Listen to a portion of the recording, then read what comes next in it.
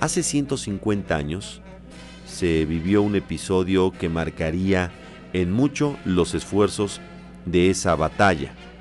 Le agradezco mucho al doctor Humberto Morales, historiador de la Benemérita Universidad Autónoma del Estado de Puebla, que esta mañana nos acompaña. Doctor, ¿cómo estás? Buenos días. ¿Qué tal, Iván? Muy buenos días. Aquí a los auditores, saludos. Muchísimas gracias. 150 años para empezar de una fecha pues importantísima.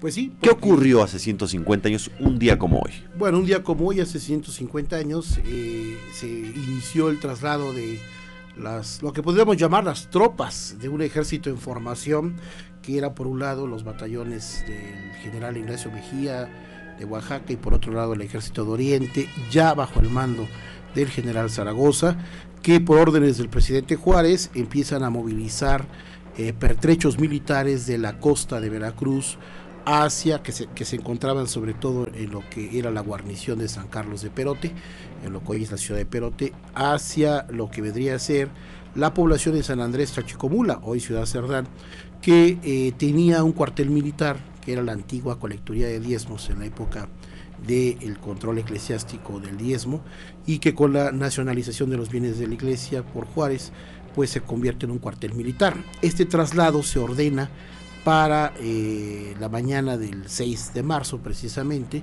y ya para la tarde-noche gran parte de estos pertrechos y tropa se encuentran instalados en esta zona, en esta excolecturía en la ciudad de San Andrés.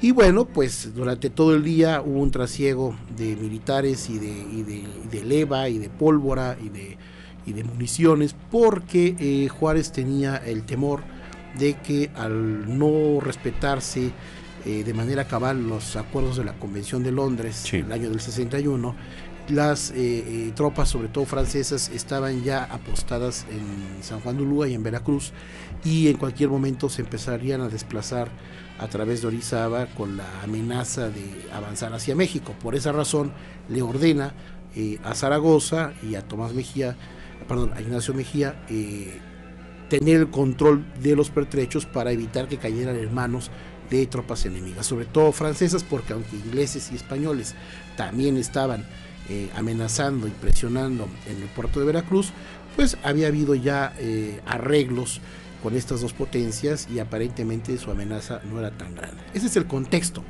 de la mañana y el mediodía del 6 de marzo de 1862, que, como sabemos, pues culmina con un desastre, ¿no?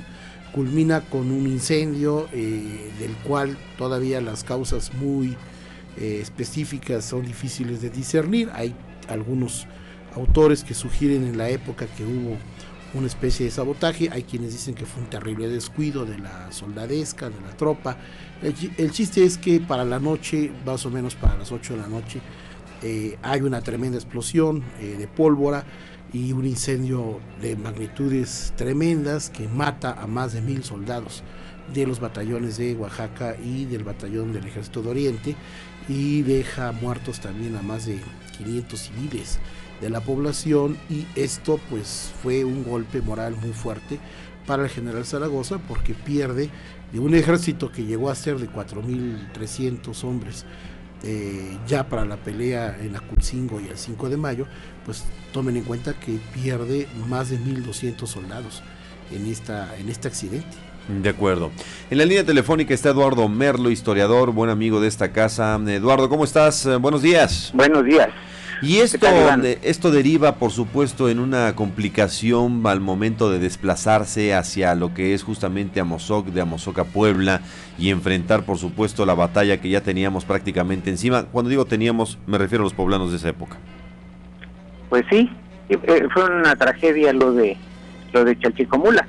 Explotaron, pues, de acuerdo con el parte militar, 460 quintales de pólvora, que es en kilos son más o menos 21 toneladas, casi 22 toneladas de pólvora las que estallaron en eso. Quien conoce la colecturía, pues es un edificio sólido, enorme, gigantesco. Bueno, lo que quedó después de la explosión son muros de casi 2 metros, 1 y tantos de grueso, hechos de cal y canto, como se decía entonces.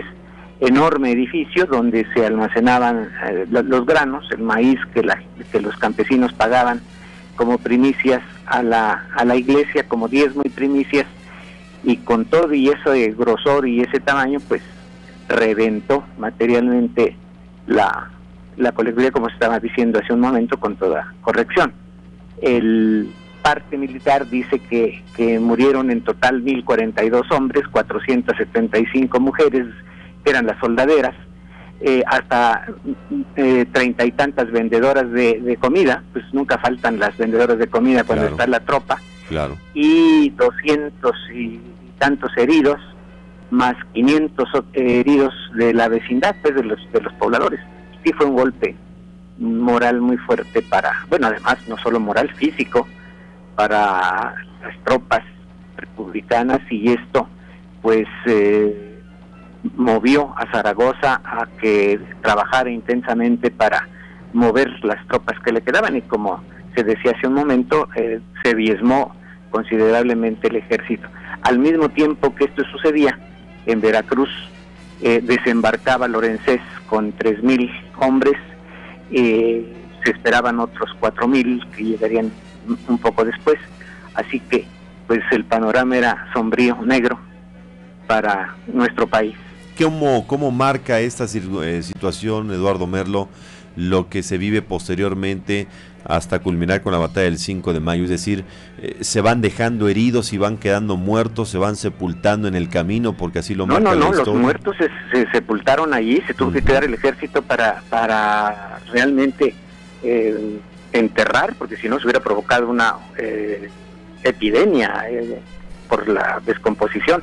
No, se tuvieron que cerrar o incinerar, eso sí, no conozco yo lo que se hizo, pero tenían que solucionar ese tema, y el resto de la tropa pues irse a unir con lo que habían organizado como Ejército de Oriente en Puebla, para la defensa del país. De acuerdo. Eduardo Merlo, pues agradezco esta pincelada que nos das de conocimiento, por supuesto. Estamos en comunicación permanente. ¿Cómo no, Iván? Gracias. Gracias, hasta pronto. En este estudio sigo platicando con Humberto Morales, que es doctor de la Benemérita Universidad Autónoma de Puebla. Y doctor, esta colecturía prevalece todavía, permanece. En algunos casos sí hay muros todavía. Sí, quedan todavía los muros exteriores, porque como la explosión fue de gran magnitud, al parecer los muros internos de lo que era esta antigua sede de la colecturía de diezmos se cayeron. Entonces quedan los muros externos, y hay una placa conmemorativa muy interesante que el municipio de Tehuantepec, creo, de Oaxaca, si no mal recuerdo, mandó a levantar. No es muy vieja esa placa, creo que es de 1990 y tantos, donde le rinden homenaje a los 2 batallones de Oaxaca que murieron en esa explosión, y esa placa está en la entrada de lo que quedó de la colecturía. Es una ruina prácticamente.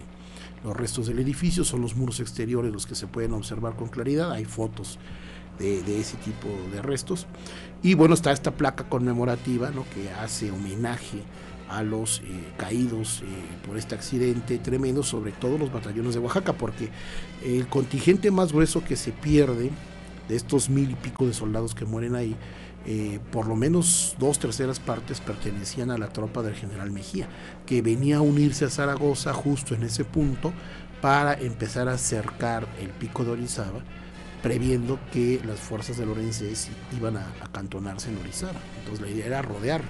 Entonces por eso venían de Oaxaca y se habían reunido en ese punto.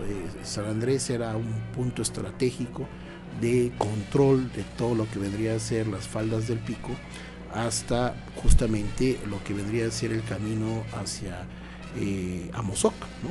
Esa circunstancia, esa tragedia que se vive hace 150 años y que comenzamos a recordar en Oro Noticias para ustedes, amigos de la audiencia, obliga un repliegue de las fuerzas, y en función de ello, bueno, pues el avance de los franceses como lo hemos conocido. Bueno, sí, más que nada a lo que obliga es a solicitar a Zaragoza mayor apoyo económico al gobierno de Juárez federal, y sobre todo pedir el refuerzo de tropa de ejército regular de varias partes del país, porque originalmente el ejército de Oriente se estaba alimentando solamente con la tropa que Zaragoza tenía de cuando él había sido comandante y subcomandante de las fuerzas liberales